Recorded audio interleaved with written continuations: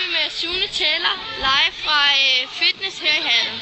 Og vi vil gerne spørge dig om, hvad laver man her i fitness?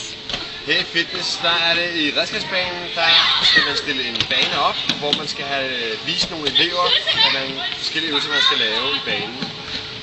Okay, men altså, vi har jo været herover et par gange og set. Det ser ikke ud som om de laver så meget. Laver de noget, eller leger de bare rundt? Nej, der er sådan, at de skal jo vide, hvad de skal vise. De skal selv prøve på egen krop og sige, det her, det vil vi gerne vise til de elever, der kommer som er gæster. Og det skal de så øve sig på først, og så stiller de banen op og på den måde vise det for andre. De laver en hel del. Selvfølgelig er også lidt leg en gang imellem, det skal de have lov til. Men meget af det er at selv at kunne vise det, de skal. Okay.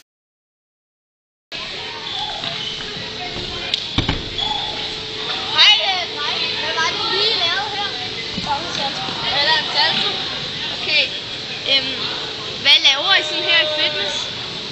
Vi springer på ærtrækken, og så laver baner til de små. Okay. ja. Okay. Er det sjovt at være her i fitness? Ja.